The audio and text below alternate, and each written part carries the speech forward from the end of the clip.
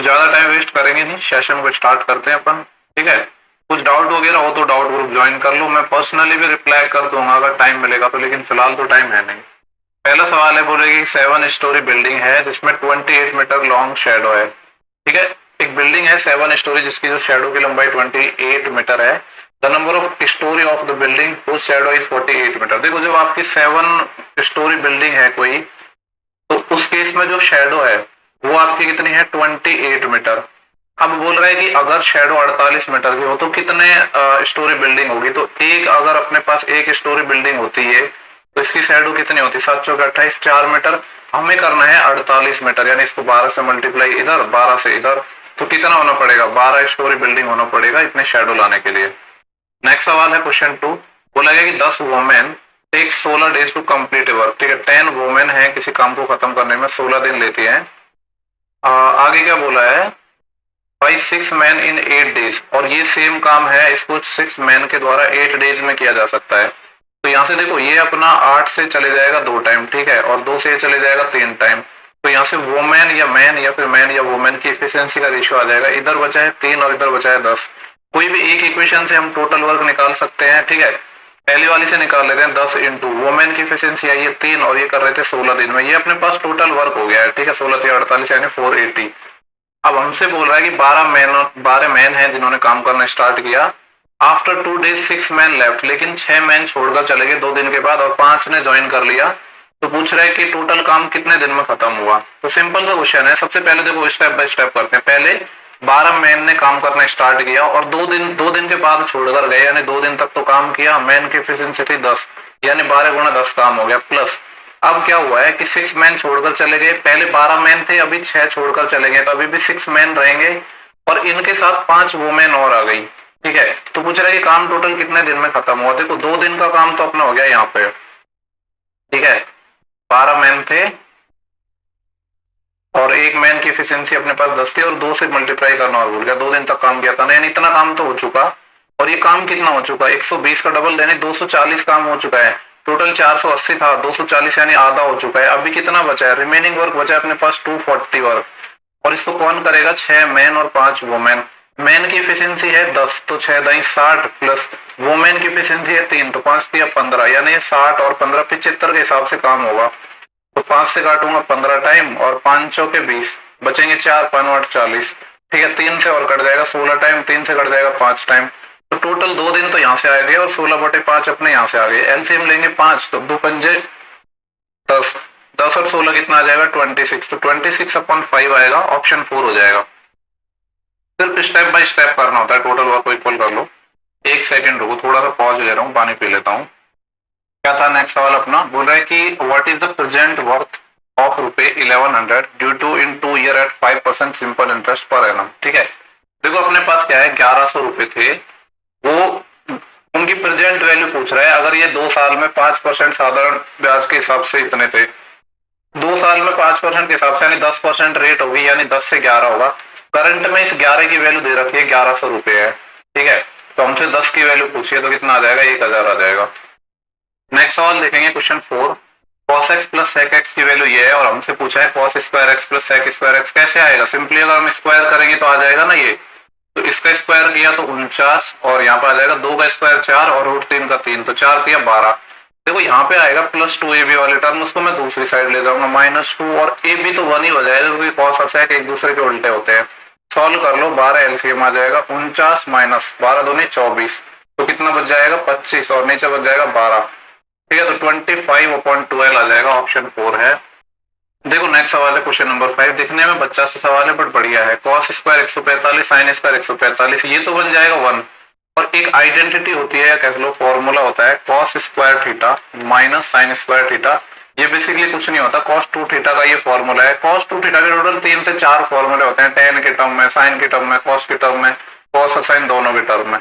तो ये आ जाएगा cos 2 थीटा मतलब 15 का डबल 30, और cos 30 तो आपको पता है कितना होता है √3/2, तो ये आंसर आ जाएगा। लेकिन कब बना पाओगे, जब आपको छोटी छोटी चीजें पता होंगी, तो इसीलिए सब कुछ पता तो होना चाहिए। अब देखो मैंने तो ना ये काफी ज्यादा चीजें पढ़ी है क्योंकि मैथ बैकग्राउंड से था, तो ये तो रटी पढ़ी है सारी चीजें 12th से ही। पूछ रहा है कि एरिया बताना है इक्विलेटरल ट्रायंगल का जिसकी साइड 16 है। आपको पता है इक्विलेटरल ट्रायंगल का एरिया होता है √3/4 इंटू साइड का स्क्वायर, और साइड है 16 मतलब 16 गुणा 16। इससे ये 4 टाइम कट जाएगा, 16 चौके 64, तो कितना आ जाएगा 64√3। देखो नेक्स्ट सवाल है अपना क्वेश्चन नंबर 7 है, आसान क्वेश्चन है। एक सेकेंड यार, क्या हो रहा है ये,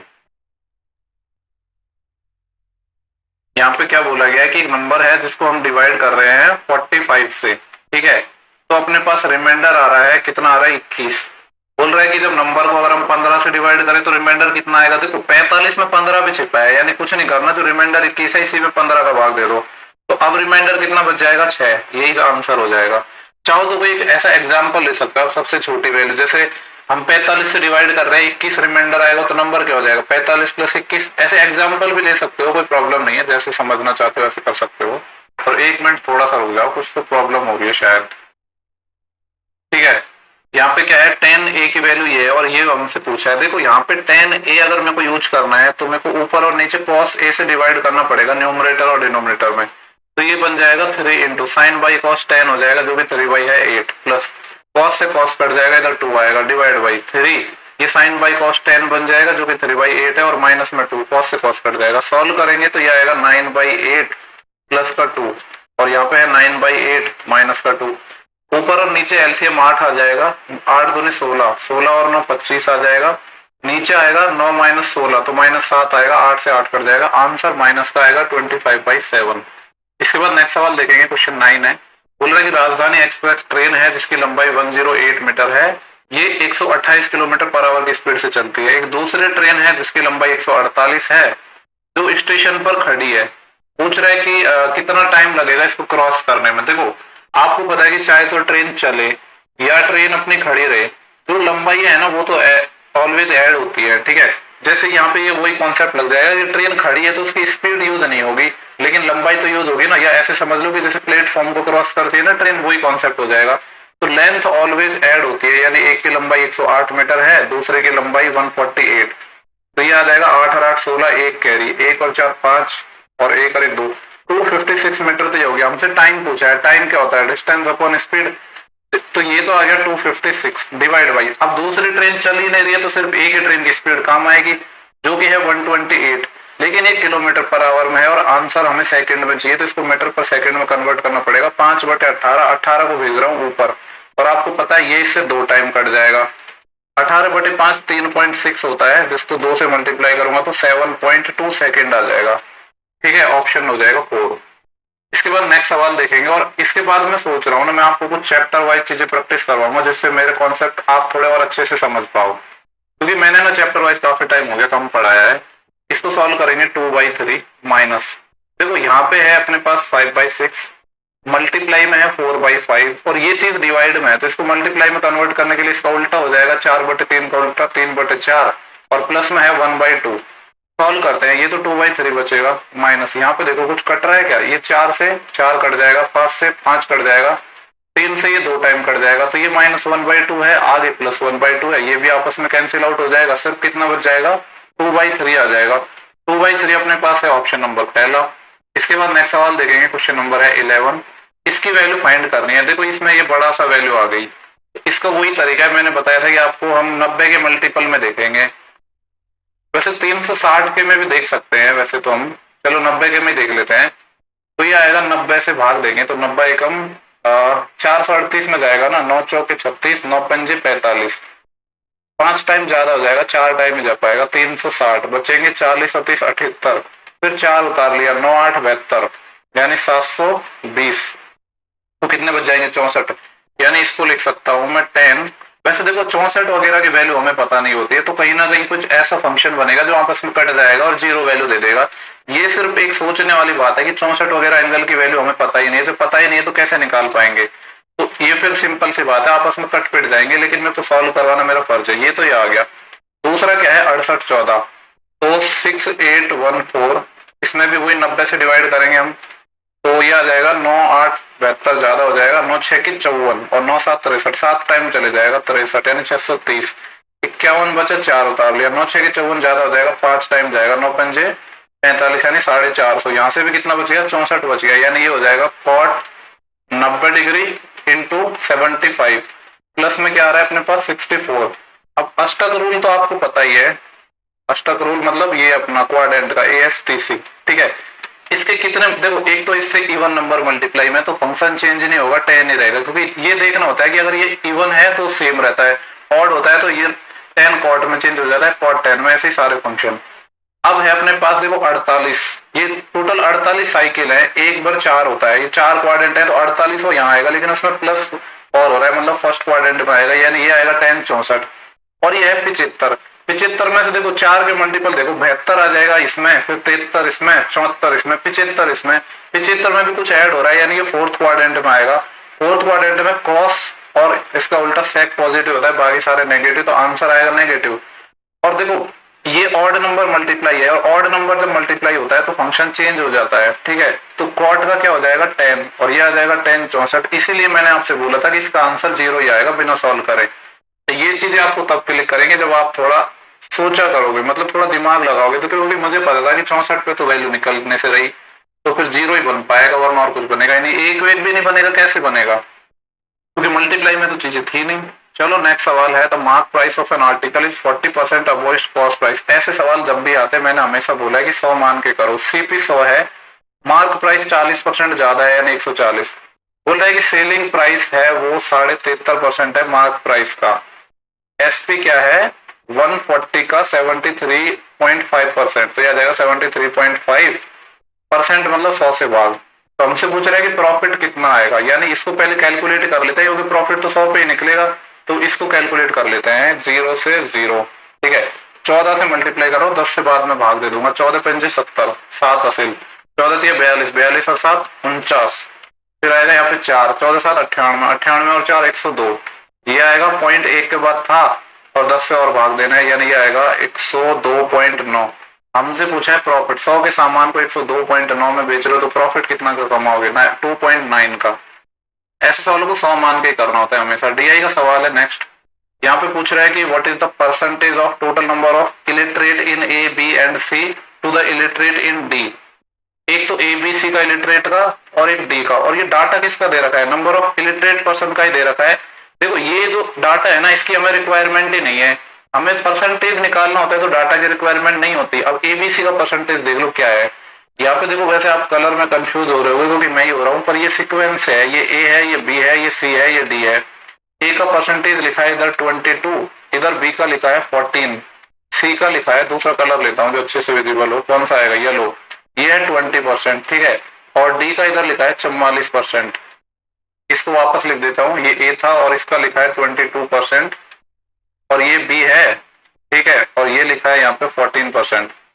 तो सबको ऐड कर लेते हैं। ABC का सम कितना आएगा, 22 और 14 कितने आ जाएंगे अपने पास, 36, 36 और 20 56, तो ये 56 आ गया, ठीक है। इधर ही सॉल्व कर लो, ये 56 आ गया, डिवाइड बाय D कितना है 44। हमसे पूछा है कि 56 44 का कितना परसेंटेज है, ठीक है, ये हमें निकालना था। अब कलर बदल रहा हूँ वापस दोबारा में, तो इसको सॉल्व करना है। पहले तो इसको थोड़ा सॉल्व करते हैं, तो ये जाएगा 4 से 14 टाइम, और इधर 4 से जाएगा 11 टाइम। परसेंटेज के लिए 100 से मल्टीप्लाई, आपको पता है कि 100 से बड़ा आंसर आएगा, वैसे सारे 100 से बड़े ही होंगे बिल्कुल। 11 एकम 11, फिर 3 बचे 30 हो जाएगा, 11 दूनी 22, फिर 8 बचे 80 हो जाएगा, 11 7 77, यानी आंसर आएगा 127 पॉइंट समथिंग। और केवल मात्र एक ऐसा ऑप्शन था जो 127 पॉइंट समथिंग आंसर दे रहा था, तो वही हो जाएगा, ठीक है। नेक्स्ट सवाल पर चलेंगे, क्वेश्चन नंबर 14 है। बोले कि एक ट्राइंगल है ABC, जिसमें जो एंगल है इस तरीके से, 3 एंगल है x, y and y plus 10। एक एंगल x है, एक y है, एक y प्लस 10 है। आगे दे रखा है कि जो 2x माइनस वाई है, सॉरी 2x माइनस 4y है, इसकी वैल्यू अपने पास 20 डिग्री है। तो इसको थोड़ा फर्दर सॉल्व करूंगा, 2 से भाग लग जाएगा, यानी x माइनस 2y कितना आ गया 10 डिग्री। एक इक्वेशन ये बन गई। दूसरा आपको पता है, क्या पता है कि किसी भी ट्राइंगल के तीनों एंगल का सम 180 डिग्री होता है, यानी इन सब का सम ये कितना आएगा x प्लस 2y प्लस 10, ये कितना होगा 180 डिग्री। तो दूसरी इक्वेशन यहाँ से बनेगी, ये आ जाएगा x plus 2y equal to, ये 10 को मैंने उधर भेज दिया 170। हमसे पूछा है कि ट्राइंगल किस टाइप का है, तो पहले देखो अगर मैंने दोनों को ऐड कर दिया तो 2y से 2y कट जाएगा, ये आएगा 2x, ये कितना आएगा 180, ठीक है। और फिर 2 से भाग लग जाएगा, यानी डायरेक्ट मैं x निकाल देता हूँ, x आ जाएगा 90 डिग्री। एक एंगल 90 आ गया, वहीं से हमें पता चल गया कि जो ट्राइंगल है वो राइट एंगल ट्राइंगल होगा। ठीक है, इसके बाद देखेंगे नेक्स्ट सवाल जो कि है 15। बोला गया कि एक्स वाई जेड है, किसी काम को 5, 15 और 30 दिनों में कर सकते हैं इंडिविजुअली। एक्स वाई जेड 5 दिनों में, 15 दिनों में, 30 दिनों में। एलसीएम सबका आ जाएगा 30, 5 6 की 30, 15 दूनी 30, 30 एकम 30। बोल रहा है कि कितने दिन लगेंगे काम को खत्म करने में अगर एक्स को असिस्ट किया जाता है वाई और जेड के द्वारा एक साथ ऑन एवरी सेकेंड डे। कौन सा एवरी सेकेंड डे, यानी यहाँ पे कहानी इस तरीके से चलेगी, फर्स्ट डे सिर्फ अपना काम करेगा एक्स, तो कितना काम हो जाएगा 6। फिर एक्स को असिस्ट किया जाता है वाई और जेड के द्वारा एक साथ कर रहे हैं। ठीक है, छोटी छोटी चीजें होती है जिससे आप गलती ना करो। एक्स प्लस वाई की बात नहीं कर रहा, यहाँ पे वाई और जेड टुगेदर कर रहे हैं एवरी सेकेंड डे, यानी ये सेकंड डे की बात हो रही है। तो तीनों मिलकर करेंगे तो 6 2 8 9 काम हो जाएगा। यानी यहाँ से मैं कह सकता हूँ 2 डेज में अपना टोटल काम हो रहा है 9 और 6 15 काम। हमें काम करना है 30, 2 से इधर मल्टीप्लाई कर दो, 2 से इधर मल्टीप्लाई कर दो, तो 4 डेज में पूरा अपना काम निपट जाएगा। नेक्स्ट सवाल देखेंगे क्वेश्चन 16। बोलेगा कि Sita sold a whiteboard, mark said 10% profit. ठीक है, 10% पर इसने अपना जो व्हाइट बोर्ड बेच दिया। On selling it for ₹20 more she would have earn profit of 15%। ऐसे सवालों को हमेशा 100 मान के करते हैं। सीपी मान लिया 100, इसने क्या किया कि इसको 10% के प्रॉफिट पर बेच दिया, यानी 110 यूनिट में बेच दिया। आगे बोल रहे हैं अगर 20 रुपए ज्यादा में बेचा होता तो इसको 15% का प्रॉफिट होता है, यानी न्यू एसपी आता है 115। अगर मैं यहाँ पे देखूं तो मैं 5 यूनिट ज्यादा में बेच पा रहा हूँ, जबकि सवाल में बोला है कि 20 रुपए ज्यादा में बेचा है, यानी इसका कितना है 4 गुना है। हमसे पूछ रहा है इसका प्राइस कितना था, सीपी कितना था, या कुछ और पूछा है what is the cost price of the white board. ठीक है, तो 4 की वैल्यू पूछ, मतलब 1 यूनिट की वैल्यू 4 आ गई, 100 की वैल्यू पूछिए तो कितना आ जाएगा 400। इसके बाद करेंगे नेक्स्ट सवाल, क्वेश्चन 17 है टाइम एंड वर्क का। बोल रहा है कि Abraham can complete a work in 9 days. Abraham है जो किसी काम को 9 दिन में कर सकता है, जबकि एंड्रयू है सेम काम को 6 दिन में कर सकता है। एलसीएम 18 आ जाएगा, 9 दूनी 18, 6 3 18। बोल रहा है कि कितने दिन लगेंगे अगर वो साथ मिलकर करे, तो 3 और 2 5 की एफिशिएंसी से काम होगा, 5 3 15, फिर बचेंगे अपने पास 3, तो 3 3/5, यानी ऑप्शन नंबर सेकंड आ जाएगा। नेक्स्ट सवाल है, बोला कि एक साइकिलिस्ट है जो क्या करता है 20 किलोमीटर राइड करता है 120 मिनट में, 25 किलोमीटर राइड करता है 150 मिनट में। एवरेज स्पीड निकालनी है किलोमीटर पर आवर में। आपको पता है एवरेज स्पीड क्या होती है, total distance upon total time taken. 20 kilometre यहाँ पे चला, 25 यहाँ पे चला, यानी 45 किलोमीटर चला। टोटल टाइम कितना लगा 120 मिनट यहाँ पे, यानी 120 मिनट का मतलब क्या है 2 घंटे, और 150 मिनट का मतलब क्या है 2.5 घंटे। तो टोटल ये कितना चला है 4.5 घंटा, जिसको लिख दूंगा 9/2, 2 ऊपर चले जाएगा, 9 से ये 5 टाइम कट जाएगा और 5 दूनी 10, तो 10 किलोमीटर पर आवर आंसर आ गया। आवर में इसलिए बदला क्योंकि स्पीड चाहिए थी किलोमीटर पर आवर में। नेक्स्ट सवाल है 19। बोला गया कि x + 1/x की वैल्यू √6 है, x 1 से बड़ा है, हमें चाहिए x की पावर 8 - 1/x की पावर 8। ठीक है, इसके फैक्टर करेंगे तो x की पावर 4 का होल स्क्वायर - 1/x की पावर 4 का होल स्क्वायर लिख देंगे। उसमें फिर a + b और a - b के फॉर्मूला लगेगा। एक तो ये टर्म आएगी, एक ये वाली टर्म माइनस की आएगी जिसके फर्दर फैक्टर कर रहा हूँ। एक आ जाएगा x² + 1/x², दूसरा आएगा x² - 1/x², उसके भी फर्दर फैक्टर कर रहा हूँ। और वो बार बार मैंने चीजें लिखी नहीं जिससे टाइम वेस्ट ना हो। सवाल को सॉल्व करना है, लेकिन हमें x - 1/x चाहिए होगा, बाकी सारी चीजें तो है। तो कैसे निकलता है, देखो प्लस माइनस आता है, लेकिन ये जो चीज होती है ना ये इसीलिए देते हैं जिससे कि आप साइन को समझ पाओ। x 1 से बड़ा है, ठीक है, 1 से बड़ा है तो ये वैल्यू पॉजिटिव आएगी, तो प्लस माइनस लेने की जरूरत नहीं है। और ये कैसे निकलता है, अगर x - 1/x निकाल रहे हैं तो इधर आता है x + 1/x का होल स्क्वायर, यानी √6 का स्क्वायर 6। अगर ये माइनस है तो माइनस करते हैं 4, 6 - 4 ये √2 आ गया, सारी वैल्यू रख देते हैं। यहाँ पे देखो पावर 4 निकालना है, उससे पहले मैं इधर पीछे से रख रहा हूँ वैल्यू। x + 1/x मेरे पास है √6 इंटू x - 1/x है √2 इंटू x² + 1/x² निकालता, वो किससे निकलता इस वाले से, तो क्या आ जाएगा इसका स्क्वायर, यानी 6 और 6 माइनस के 2, तो ये 4 आ गया। अब इसका स्क्वायर करेंगे तो ये आएगा, यानी ये कितना आ जाएगा 4 का स्क्वायर 16 - 2 14। सॉल्व कर लो, 14 चौके 56 होते हैं, लेकिन 56 कहीं नहीं है, तो आगे देखते हैं। 6 × 2 12 आएगा, 12 को लिख सकता हूँ 4 × 3, 4 का 2 आ जाएगा, √3 अंदर रह जाएगा। अब हो जाएगा 56 का डबल 112, 112 √3 है। ठीक है, ये जो टर्म मैंने निकाली है ना इस बार अलग अलग मैंने नहीं लिखी है, इतना तो आप समझ सकते हो जब इतने क्वेश्चन मैंने प्रैक्टिस करवा दिए तो। नेक्स्ट सवाल है, बोल रहा है कि एक फादर है जो क्या करता है 8% पैसा है अपने मंथली इनकम का, दोनों उसके बेटे हैं उनकी पॉकेट मनी पर खर्च करता है। एल्डर सन है वो 85% लेता है टोटल अमाउंट का जो दोनों सन को मिला है, और बोल रहा है कि वो 90% पैसा खर्च करता है। He spend 19% amount and save 17 रुपए। तो मंथली इनकम कितनी है फादर की? देखो काफी बढ़िया सवाल है, एक बार मैं फिर से समझा देता हूँ, या सॉल्व करते करते समझा दूंगा। मान लिया कि 100 रुपए इनकम थी किसकी? फादर की। अब क्या हुआ है कि जो फादर है ना वो 8% पैसा देता है अपने दोनों बच्चों को, ठीक है। तो 100 का 8% कितना होता है? 8। ये दो बच्चों को दे दिया, जिसमें बोल रहा है कि एल्डर सन है उसको मिलता है 85%। 8 पैसा। तो देखो इसको थोड़ा मतलब आसान करने के लिए हम इसकी फ्रैक्शन वैल्यू का एलसीएम मान लेते, लेकिन मैं इससे भी बता दूंगा आपको।